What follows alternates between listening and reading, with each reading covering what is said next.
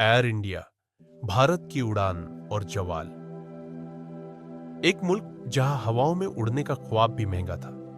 एक आदमी ने 1932 में कराची के रनवे पर अपने हाथों से जहाज उड़ाकर लिखी एक नई तारीख। मगर वही एयरलाइन कुछ सालों बाद रेशमी सीटों से लेकर खून के दागों तक स्कैंडल्स, क्रैशेस और नेशनल शर्म का निशान बन गई। यह है कहानी एयर इंडिया की, जिसका जन्म एक सपने से हुआ, लेकिन जवाल ने इसे मिट्टी में मिला दिया।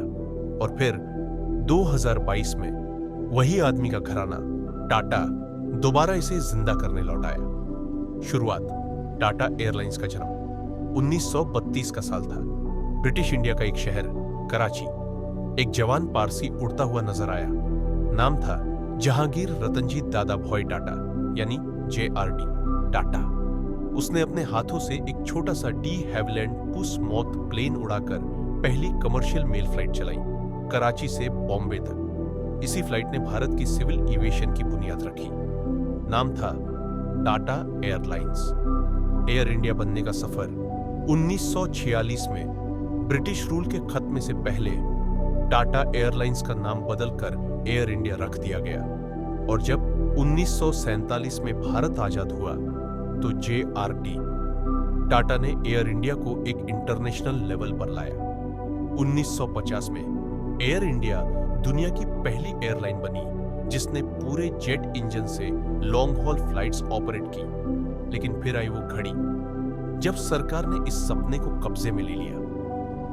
नेशनलाइजेशन गिरावट की शुरुआत 1953 में प्राइम मिनिस्टर जवाहरलाल नेहरू ने एयर इंडिया को नेशनलाइज कर दिया। टाटा ने इस फैसले का खुलासा किया एक दर्द भरे जुमले में, मेरी आंखों के सामने मेरा बचपन का सपना छीन लिया गया। टाटा को चेयरमैन जरूर बनाया गया, लेकिन डिसीजन अब ब्यूरोक्रेट्स के हाथ में थे। यहीं से शुरू हुआ एयर इंडिया का उतर चढ़ाव और फिर लगातार जवाल, क्रैशेस, करप्शन और जवाल। सालों तक एयर इंडिया एक नेशनल प्राइड बनी रही। लेकिन 1980 के बाद एयर इंडिया में घपले, करप्शन और ब्यूरोक्रेसी का असर बढ़ने लगा। 1985 कंधार हाईजैक, 2000 के दशक, मल्टीपल फाइनेंशियल लॉसेस, मिसमैनेजमेंट और सबसे बुरा वक्त आया 22 मई 2010 को, जब मैंगलोर एयरपोर्ट पर एयर इंडिया एक्सप्रेस का प्लेन रनवे से फिसलकर क्रैश हो गया। 158 लोग जान से गए। इन्वेस्टिगेशन में बताया गया ओवरवर्क पायलट, बैड ट्रेनिंग और पुअर कम्युनिकेशन। 12 जून 2025 को एयर इंडिया की फ्लाइट EI 171 अहमदाबाद से लंदन जा रही थी, जब टेक ऑफ के चंद सेकंड्स बाद ही उसके दोनों इंजन फेल हो गए। बोइंग 787 ड्रीमलाइनर ने सिर्फ 625 फीट की हाइट ली थी कि अचानक कंट्रोल खत्म हो गया और प्लेन मेघानी नगर के पास एक हॉस्टल बिल्डिंग पर क्रैश कर गया।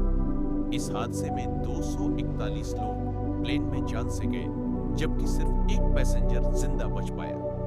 जमीन पर भी 19 लोग जान से गए और कई जख्मी हुए।